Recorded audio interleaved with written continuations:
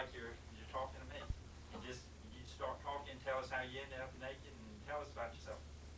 Well, I grew up in Johnston, South Carolina, in Edgefield County, and my dad and I had been friends with Strom Thurmond since I was a small kid. And when I finished law school in 1939, I first tried to get in the FBI, and my eyes wouldn't permit me to do that. And Strom was a circuit judge. So I went up to Edgefield where he was holding court. He asked me where I was going to practice, and I said, well, I don't have a place right now. And he recommended that I come to Aiken and see Lonnie Garvin, who was a trial lawyer here. So I followed his advice. And when he finished his term as governor at the end of 1950 and was unemployed, I gave him a job practicing law with me here in Aiken. And where was your office at? It was right above the corner, right over there, the corner office. Where Julia's used to be Hill's Cafeteria, but it's now a dress shop. And my office was a corner office. And Strom practiced with us. Thurman, Librand, and Rich was the name of the firm. And of course, that's when SRS was announced, you know. And there was lots of litigation over what the government was paying the landowners for their property. So Strom and I represented in federal court here about 90% of the landowners. The government would appraise the property. Then they'd deposit the amount of their appraisal in the registry of the court, that is with the clerk of the federal district court. The landowner could draw that money down immediately, and then we could contest the government's appraisal, and we handle those cases on a contingency basis. We'd get a third of the increase that we got them, so they had nothing to lose. And we were very successful in several of the cases we tried. I remember Miss Mabel Ashley had a hunting preserve down near Old Ellington, and they appraised her property at $110,000. And we went before a jury and got her $220,000. So when we hit a big verdict like that, they had a special representative, Yancey McLeod from Columbia, who was supposed to be an expert condemnation lawyer. So we got together and settled all the cases we had.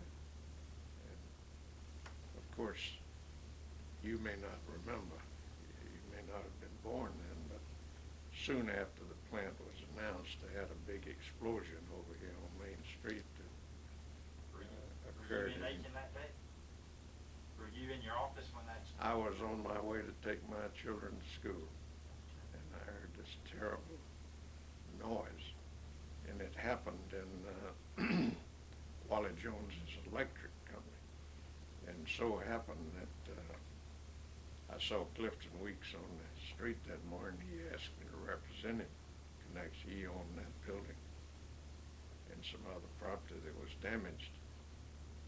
And I started checking into it, and Dunbar Boyd was working for the city, and he had gotten a message that there was a gas leak in Jones Electric that afternoon, but rather than do anything about it, he went out to play golf. And I got that information, and I got the notice that Dunbar had received, and we settled all those cases for a tremendous amount of money. So that was a real tragedy. Several people were killed in that explosion, and those stores from Jones Electric on down to the end of the street were destroyed. So it was a terrible experience. But Strom continued to practice with us until 1954, when Vernon Maybank died as Senate And the state Democratic Executive Committee chose Senator Brown from Barnwell as the new senator, at least a senatorial candidate in the general election. And Strum came up with the idea of a write-in, and he beat Senator Brown handily in a write-in campaign. And that's the first time I ever knew of any senatorial candidate being elected in a write-in campaign. But Strum was quite a trial lawyer, and he and I worked pretty hard in representing landowners, other people who'd been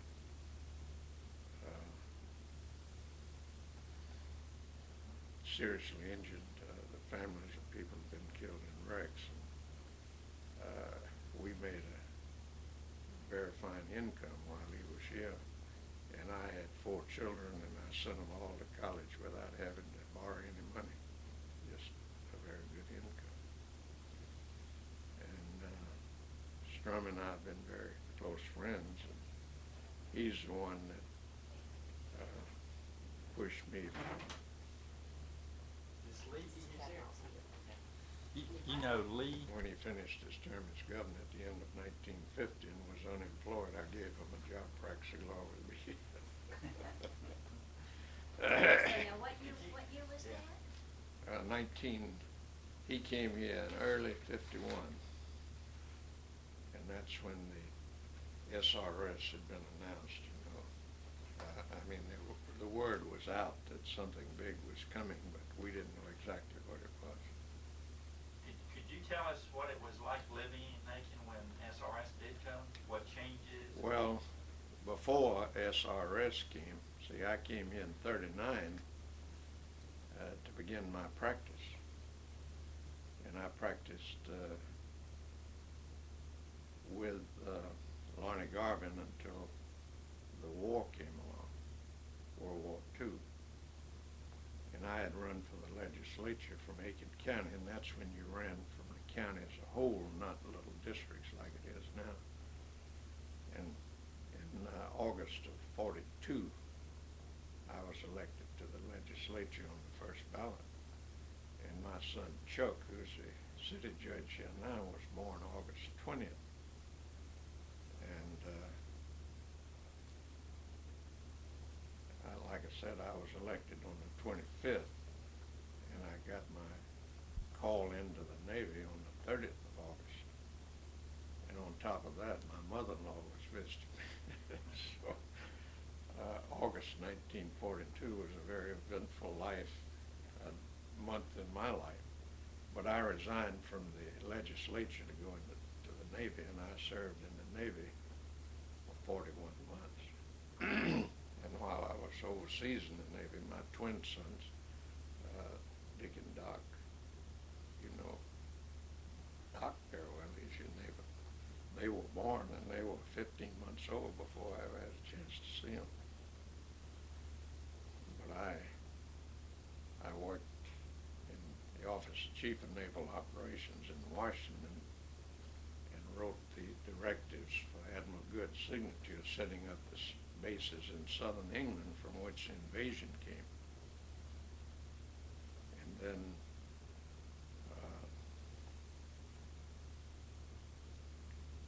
Captain Thompson, who was my division head, said that because of all the work that I'd done setting up these bases for the invasion, he was going to see that I went over as an observer to the invasion. And about that time, Admiral Nimitz came to town from the Pacific and wanted a young officer that knew something about functional components. And Thompson said, well, I've got just the man for you. So I went to Nimitz staff in the Pacific rather than the invasion. And when I saw Search for Private Ryan, which was a vivid picture of that invasion, I figured the Lord may have saved my life by my not going along with that invasion. Of course, you know, Strum Thurmond landed behind the lines in a glider on D-Day in Normandy. And these gliders come down and nose into the ground, and it's quite a jolt when they lie of the lands, but Strum and a surgeon were running side by side through this orchard, I guess. Maybe it's an apple orchard, some orchard. And a bullet just knocked the surgeon's head off, and Strum was right close to him, so that was a pretty close call for Strum. But during the time before SRS came to Aiken, Aiken was beautifully designed by whoever did design it, and had these parks in the middle. And when I first came here, one side of the street on one side of the park was paved, and there was dirt on the other side. They kept it unpaved for the horses. So Aiken was quite a horsey town.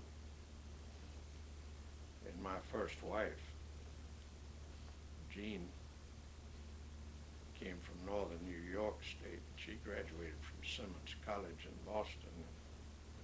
She came to Aiken in April of '41, and I had the pleasure of meeting on a blind date. And I was so taken with it till I asked her to marry me. After about 2 weeks, she said, "Oh, I'll be back to Pomona Club next year, but unfortunately Pomona burned." And She was in the at the school. yeah, she was teaching these Yankee girls how to. She finished in home economics. She was teaching them how to cook all. What year was that when Pomona School burned? 1941. 41. And she had planned to come back, but when the school burned and it did not reopen, and she and I had to get busy, so I went up to Fulton, New York, northern New York State, to get permission from my parents to marry us. So that's the way my married life began. And we lived together 49 and a half years. And she was a wonderful mother. She was a wonderful lady. She sure was. Excellent friend to my mother. They were the best of friends. They were best of They friends. sure were. You know, I understood Dick had had some minor strokes recently. But he's fully recovered. Last time I saw him, it just didn't look very well. I just was with him. And, Is and he he's doing well now? Doing much better. Well, he and your mother and Jean and I had lots of fun together. We did. We, Golfing we trip. went to Scotland together on a golfing trip. Yes, we have some lovely pictures from your trip. But you know, In fact, I was going to ask you, because I know you're a good golfer. I was It going to used ask to you be. about, will you tell us about golfing in Aiken? I know you're a member at Palm Beach. well, of course, when I first came, I played at Highland Park, and the Palmetto was not really open to local residents at that time. But when I came back out of the Navy at the end of World War II, they did open up the Palmetto for a few local members. I remember Frank Howard and Bill Lott and I were some of the earliest members that they let come in, and they'd only let us play in the summertime. We couldn't play at the wintertime. And they used to have a Pro-Am over here at the Palmetto just the week before the Masters, and they had all the big players over there. But the Palmetto's meant a great deal to me in my lifetime. And I've been president, I've been on the board of directors for a long time. And all of your sons play there. Yeah, all of them are members, surely are. But Aiken was like most other southern communities, small towns. You knew everybody, and everybody was very friendly. And if you had an illness or anything else, just about everybody was very much interested in it. But when the SRS came, it just changed the complexion of everything. Brought in some outstanding people, PhDs, scientist. I remember they called it the Atomic Energy Commission back in those days, and Kurt Nelson was the head of the Atomic Energy Commission. He and I were very good friends,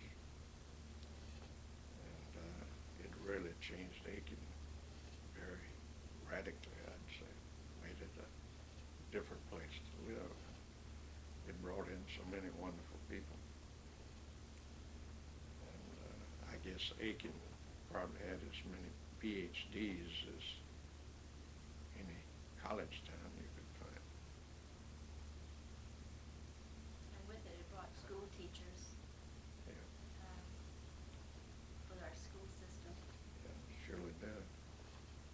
How about, can you tell us about, when you were, a trial lawyer and stuff, tell us about some of the judges in town, some of the other attorneys and some of the other judges that you know that? Well, Strum and I practiced mostly in this courthouse. It had been built in 1938, and we had, as I said, about 90% of the condemnation cases. And this was a federal courthouse then? This courthouse was built in 1948, and there was lots of controversy about the painting that's behind the bench up there. It's a large woman that's got everything good on the right hand, grandparents swinging at grandchildren and people flying in the fields, and on the left hand, which is down that way, you have everything that's bad. You have the bank robbers and the murderers and everything else. And there was a large mulatta that was pictured there. And when the judge from Charleston came here the first time to hold court,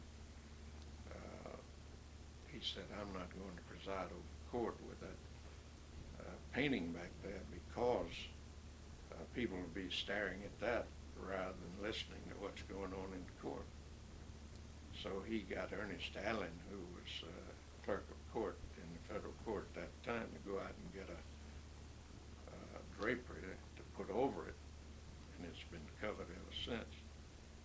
And when Mrs. Castles, who was head of the art department, came to town, she was Louis Castle's widow.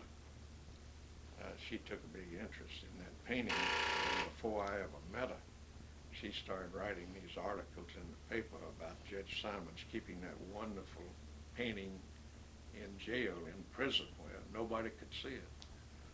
And she wrote several articles in the local paper, and I got tired of it, and I sent for her to come by.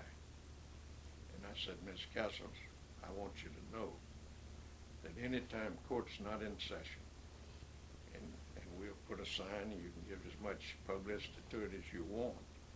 When court's not in session, anybody that wants to see that wonderful painting, we'll take them up there and we'll pull the drapes back and they could view it as long as they want to." So that satisfied it. She and I became pretty good friends. But she wanted to get it moved, and she talked to Strum Thurmond about it, and Strum said it's all right. 1987, I guess it was, Strum Thurmond decided that he wanted to get this courthouse named after me. And he introduced a bill in Congress, and they referred the bill to a committee that his colleague was chairman of, friend. And his friend said, "Strum, don't you know that we don't name courthouses after living judges?" And Strum and I agreed that I was about half dead, so what he did was he went to every member of the Senate Appropriations Committee and got them to let him put an amendment to the appropriations bill, and he got the courthouse named after him. I think it's wonderful. Well, it's a little flattering to a country boy to have a courthouse named after him, you know. Well, I should say life in Aiken before SRS was quite different than what it was before. I mean, we lived a much more leisurely existence. Things were a much slower tempo. But it was a great place to live, and we had some fine lawyers here in Aiken. Mr. Finley Henderson, who was Henderson and Sally, was a very prominent lawyer. And his dad, I think, had been in the Senate, United States Senate. And I did something one day when Lonnie Garvin was taking me around, introducing me to the lawyers. We met Mr. Finley on the street, and I had a little wig and robe key on my tie, on a chain. And Mr. Henderson fingered it, and he says, "Oh, Mr. Simons, I thought that was an FBI, Phi Beta Kappa key." And he pulled out a flap and said, "You see, I'm a member of Phi Beta Kappa." And I regret that I said this, but I said, "You know, Mr. Henderson, I happen to be a member of Phi Beta Kappa, but I don't think enough of it to wear it." And then he turned around and walked off. But one of the big mistakes that I made when I first came to Aiken before the war, we had a mortgage foreclosure against Mr. Munson Morris. He was one of these winter residents and head of the REA and a kind of big shot. And Lonnie Garvin turned the mortgage foreclosure over to me. And I foreclosed this mortgage against Mr. Morris. And then when the draft came along in 1941, he was made chairman of the draft board. And I met Mr. Frapp Toole, who was a wonderful fellow, on the street one day, and he said, "Charlie, what in the world's that draft board got against you?" Said, "They had determined that you going off in the first draft." Oh my goodness. So the moral of that story is, don't foreclose a mortgage against a man that's going to be chairman of the draft board. But Henry Woodhead and Henry,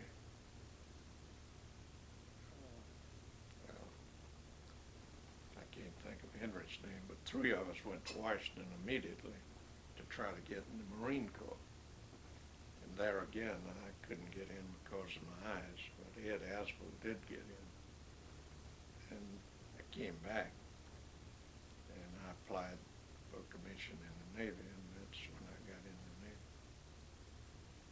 But in the meantime, I've been elected to the legislature. I resigned from the legislature to go in the Navy. And when I came back in '46 and ran for re-election, I probably got 90% of the vote. Everybody said, "Well, you gave up the job to fight for us, so we'll re-elect you." And Dorsey Librand, my partner, wanted to run for the Senate, so I bowed out of the legislature. And Dorsey was senator for a couple of terms, and in 1960, he decided he didn't want to run again. So I ran for the legislature, and I served 61 through 64 when I was appointed judge. And I've been a federal district judge for 35 years, and I was a lawyer 25 years before that, so 60 years in the legal business. And I'm one of the oldest in point of service, and maybe in age too, of all the federal judges in the United States. I am the oldest in that regard in the Fourth Circuit, composed of Maryland, West Virginia, Virginia, North Carolina, South Carolina. My peers are very proud of you. Well, it's been a wonderful experience. See, I didn't know you were in the legislature. Yeah. I didn't know that. Can you tell us about that? What was politics like back then? Well, we had to run from Aiken County as a whole. We didn't have these little districts. And I served with very fine people. Ed Cushman, Frank Toole Jr., B.W. Baker from Bath, Delmas Weeks from Langley. And we had a pretty good legislative group that represented Aiken County. And in those days, we were interested in the county as a whole.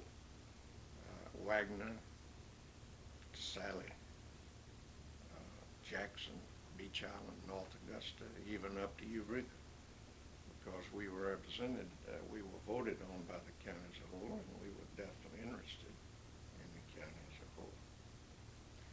And I enjoyed my service very much. And, I may have been chairman of the Ways and Means Committee, might possibly have gotten to be speaker, but Strum was able to get me appointed judge on May the 1st, 1964. And he tried for 2 years, but Bobby Kennedy took the position that they would never appoint me because I didn't vote for his brother in 1960. And I said, my gosh, I thought we had a secret ballot. But as long, and I'm sorry Jack Kennedy was killed in Dallas, but if he had lived, I never would have been judge. Even Senator Brown, who Strum defeated in the write-in, asked me to come down to Barnwell one day to his office, and he got Bobby Kennedy on the phone. And he said, everybody in South Carolina wants this fellow Simons appointed judge. Why don't y'all go ahead and do it? And I couldn't hear what Bobby was saying, but when Senator Brown hung up the phone, he said, Charlie, said, Bobby says you didn't vote for his brother in 1960, so they can't appoint you. But soon after Kennedy was shot in Dallas in November of '63, Strum had been very friendly with Lyndon Johnson. And he got Lyndon Johnson to appoint me and Bob Hemphill from Chester. And we were appointed at the same time. But I've surely given it my best shot through those many years. Do you remember what were some of the hot political topics back when you were in Columbia? Who was the governor back then? Fritz Hollins was governor from '61 to '64. And of course we passed a joint resolution to put the Confederate flag on top of the State House, and nobody said anything about it. Nobody thought anything about it. But I've been a strong Carolina supporter. But I did do something for Clemson while we were there during the '60s. We passed a joint resolution to change the name from Clemson Agricultural Mechanical College to Clemson University. And Henry Mills, who became Comptroller General of South Carolina later, was Sergeant Arms of the House. And the day after we passed that resolution, he came, sat down beside me and said, Charlie, said, we used to call Clemson the Cow College. Now we can call it the Udder University. I thought that was pretty good. But we were able to get University of South Carolina, Aiken, established during that period of time, which I think's been a great thing for Aiken. And of course we had to wrestle with the sales tax situation. We had lots of hot elections for judges. The legislature elects all the state judges, including the trial judges, the appellate judges, and the Supreme Court justices.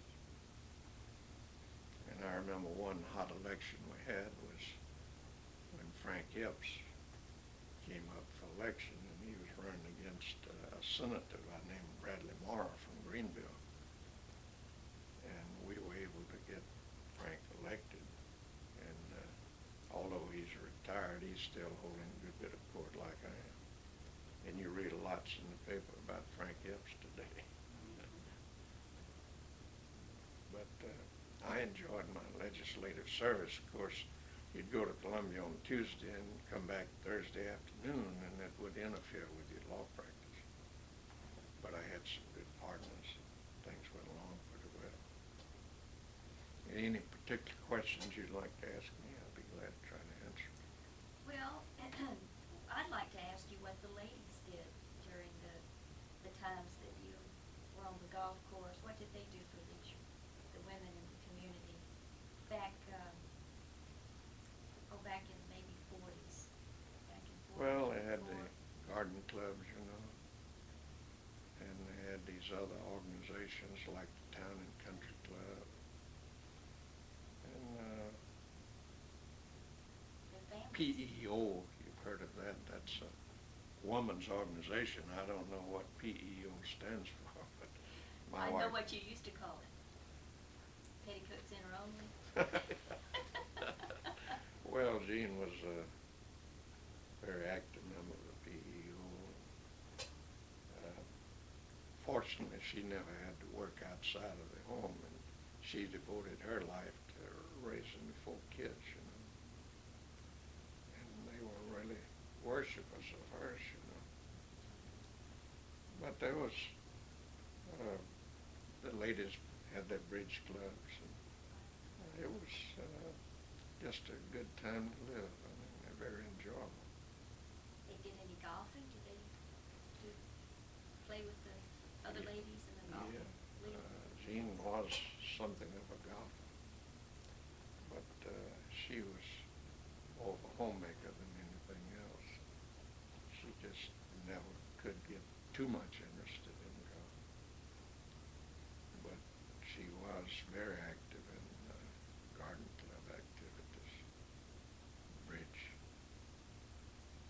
playing, that kind of thing.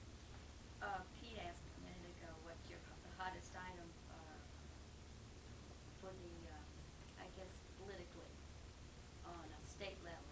What was politics like in Aiken County when you were serving in the legislature? Was it, do you remember of course, I guess Wendell was mayor?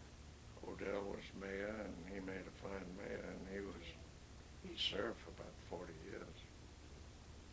And he and I were friends, and we had a fine preacher at the Baptist church by the name of Jim King.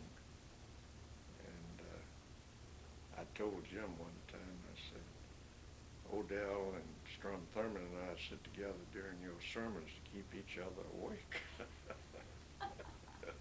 He didn't like my humor too much.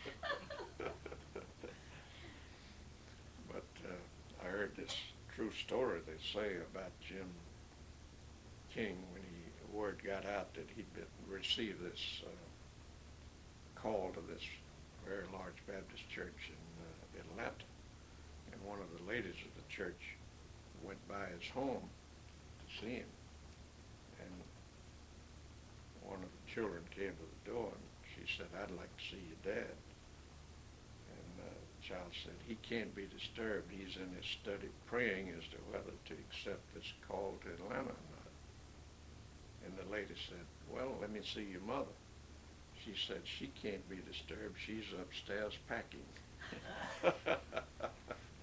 Oh, that's cute. Oh, my. Well, he was a fine minister. But I wanted to tell you one incident about Strom Thurmond that shows his courage. When he was circuit judge, and this, of course, was before the war, Davis Tillman and the Logues got into a hassle in Edgefield County over a calf running across some of the Logues' property that Davis Timmerman owned. And a couple of them went down to his store, which is above Edgefield on the way to Greenwood, to get after Davis about the calf, and they got into an argument, and Davis Timmerman was shot and killed as a result of that argument. And Strom had been superintendent of education before he was elected to the Senate and then to circuit judge. And he knew Sue Logue, who was a sister to Wallace and the other Logue fellow. And the Logues, after they had killed Davis Tillman, went into their house. And Watt Allen was sheriff of Edgefield County, and Doc Clark from my hometown of Johnston was his chief deputy. And they went up there to arrest him, and they shot and killed both of them. And they were holed up in the house, and they dared anybody to come in there. Well, on a Sunday morning, they went to Edgefield. They just lived right outside of Edgefield. Got Strum Thurmond to come out there. Of course, he knew him well. He pulled off his coat and rolled up his sleeves and started up the steps, and they yelled to him, said, "Strum, don't you dare come in here. If you do, we're going to kill you." Strum said, "You see, I'm not armed, and I'm coming in." So in the face of that, he went right in that house, and he talked them into surrendering. And they took him off, and John Stansfield here in Aiken represented him. And he got a change of venue to Lexington County, but they tried him in Lexington, but they were all convicted. And Sue Loeb is probably the only woman in South Carolina to be given the death penalty. But that shows you the courage of Strum Thurmond. Just like at age 37, I told you he landed in Baclada behind the lines in Normandy. So he's really been a very fearless fellow. And this Sue Loeb was the only woman, you're saying? As far as I know, she's the only woman that's ever been electrocuted in South Carolina. Of course, they were all working together when they killed Davis Timmerman and then killed the sheriff and his chief deputy. But that took lots of courage for Strum to do Yes, it that. did. You have any other questions? I'm trying to think. I know, I don't want to wear you out. Yeah, really. I'm thinking, what schools, when your boys went to school here, what schools did they have and stuff? Well, they went to St. Angela Academy for a while, and then they went to Aiken High School, which was located up there at the corner of Lawrence Street. It's where that home is now. That was a high school. And they, of course, were engaged in Pony League and Little League baseball, and quite active in activities at the school. These are some notes that was given to me. They're copies of notes that Odell Weeks had made. Someone had asked him to sit down and just jot out what he knew about the history of Aiken. And I was looking over this morning, and I thought how interesting it was. One of the things that I guess I didn't realize that I found interesting is that the population in Aiken in 1940 was 6,168. That's right. And in 1950 was 7,083. By 70, it was 13,436. So it certainly did. Well, it really change grew and grew. tremendously after SRS was announced. And Odell, I don't know whether there was an active campaign or not, but Mr. W.H. Weatherford was a longtime mayor of Aiken, and Odell became mayor to succeed him. You know, Dick McDonald ran for mayor one time, but unfortunately he wasn't elected. Yeah, I remember him telling me about that. And Charlie Jones. Jones. Now, he actually served for 2 years, I believe. Charlie. I think he did. Yes. How about, do you remember any business people that stuck in your mind? Like police chiefs, fire chiefs, any business people downtown that had stores downtown or anything? Well,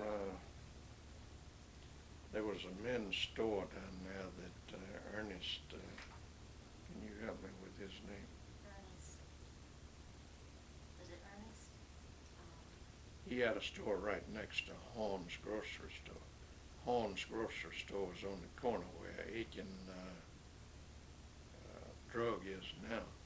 And he had a very, It was Manning Owen, but it was before. Manning Owen worked for Ernest, whatever his name is.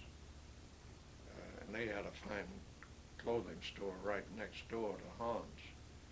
And Herman Hahn catered to the winter residents. And Ramsey George, you know where that barber shop is over there now, across the street? He ran a meat market. And he was only open during the time when the winter residents were here. And of course, my office was upstairs on that corner. And I'd walk back and forth to the courthouse. And I'd see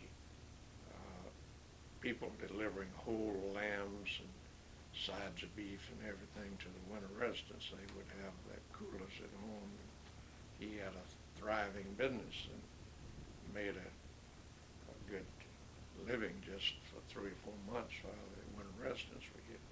Then we had a fellow by the name of Ben Cumby, who was quite an entrepreneur. He ran a whiskey store, and he was a great big fella that had to push his driver's seat all the way back because he couldn't get his big paunch. And I'm not quite that bad, but almost that bad. He had a hard time getting in his car, but he was quite a fellow. And of course, Mr. Wallace McNair Sr. and Mr. J.P. McNair, they were the ones that started the Farmers Merchants Bank over there on the corner. And they had a very fine bank. And I know when Citizens Southern National Bank came in and took over Farmers Merchants Bank, it made lots of instant millionaires in Aiken because they paid a good price for it. How about what grocery stores did you have back when you first came to town? Well, like I say, Mr. Hahn's store, and then back this way, right just beyond the bank on the next corner, there was Schroeder's grocery store, and that was Olivia Garvin's father's store. And I did my shopping either there at Hahn's. And when Strum came to town to practice with us in early '51, the first thing he wanted to do was organize a Federal Savings and Loan Association. They had a state savings and loan that the Ashurst brothers right there under Derby and Ladd operated, but it was not active. So Strum got out and got deposits of $150,000, and I worked on the application, and we got the charter for Aiken Federal Savings and Loan, and that was in '51. And we got Mr. E.E. Childs to come down and manage it. He was a fine gentleman from Spartanburg. And the first office we had was right behind the Nation's Bank there, one of those stores. And it grew, and we finally bought the old Henderson Hotel over. And that's where Regions Bank is now. And my office was right there on the ground floor on the corner during that period of time. And it's been a very fine institution. And I hope that Regions Bank will continue on in the way that Aiken Federal became Aiken First Federal and then became Palmetto Federal. And now it's Regions Financial. But in the meantime, Clifton Weeks, who's a fine businessman, as fine a businessman as I know, he bought that old state institution and got himself a federal charter, and that's where Security Federal started. it came along several years after Palmetto Federal. But it's done very well, and of course Tim Simmons, Clifton Francis' son-in-law, married their only child, Monty. He's headed that up, doing a fine job. But the Farmers Merchants Bank and then Dewey Johnson from Greenwood came down and opened the bank on the corner where First Citizens is, and that was they call that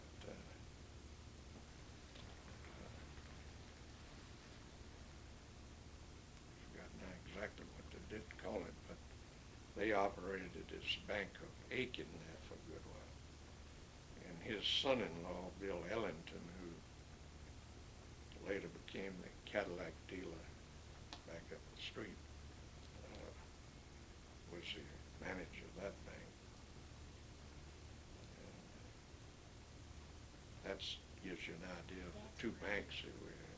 It's wonderful. I know where those names fit now. Yes, I do too. This is so interesting, Judge. I wanted to ask you about, if you recall, back in 1938, there was a storm drainage problem. I think there was a tremendous flood in the County of Hill area. That was after 38, Was it? because that was after I came to Aiken. That was in the Okay. 60s. Was it? Yeah. Okay. I remember that very well. As a matter of fact, there was an old football field right down there in that bottom. And when I played for Johnston, we played Aiken twice, and it was 0-0 two times. But then, after they started developing it, something happened to the drainage pipe under the railroad, and they had this tremendous rain, and there was a terrible flood down there. I know Charlie Jones, my friend, lived down there. And I don't think anybody was drowned or anything like that, but I remember that very well. Came up, almost covered some houses. Absolutely. Yeah, right. How about back in the 30s and 40s, did they have like restaurants? Like where would you go out to eat at night or? Well, they had Hill's Restaurant right there on the corner where Julia's was and where this dress shop is now. And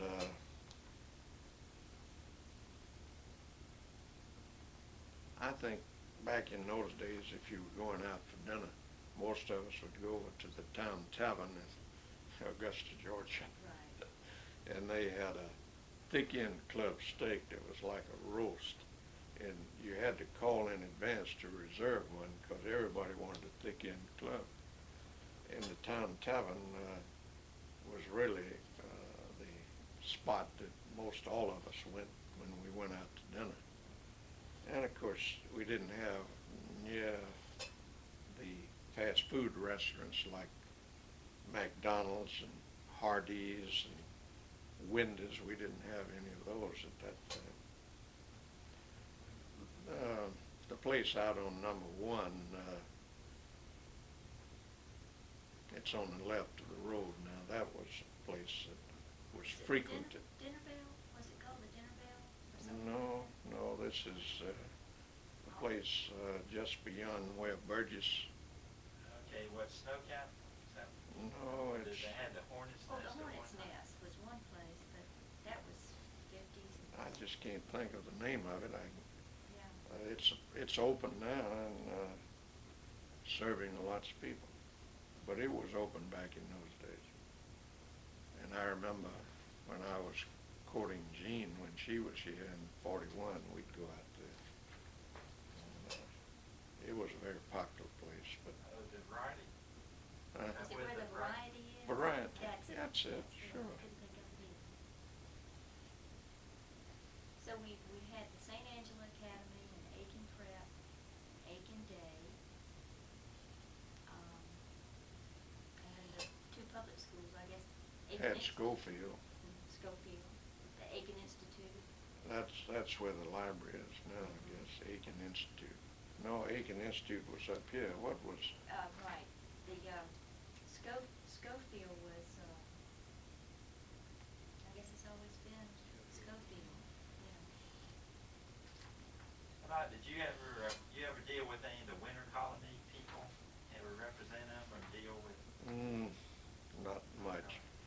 I guess Julian Sally, who's a very fine lawyer and a long-time attorney, I guess he represented most of the Winter. But I just never did get into that type of practice too much. I was what you would call a plaintiff's attorney. Somebody gets hurt in a wreck, or somebody got killed, I'd represent the family of the plaintiff who was injured. And I did pretty well at it. As a matter of fact, when I was appointed judge in '64, I was making a hang of sight more money than the $17.5 that they paid a district judge at that time. And I figured, well, if I take this job, Congress is going to pay us a reasonable salary. But it's been a tug of war. I mean, you never get rich being a district judge. Of course, they've got it up pretty good now. It's about $136,000. But the one fine thing about being a federal judge, you don't contribute anything to your retirement, and you draw your full salary as long as you live. That's wonderful. You So deserve it. I've been a senior judge now since I was 70. That was 12 years ago. I'm on the high side of 82. And I could have stopped then and not held a single trial, and I would have drawn the same money. But for 12 years, I've been a senior judge, and I have handled about as much court as any of the active judges in South Carolina. But it hadn't meant a single penny more to me.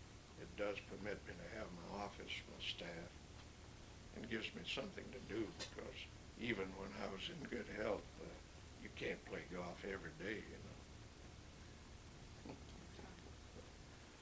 Okay, Well, well, I that's think we have it. Plus, If you have any more questions, I'll be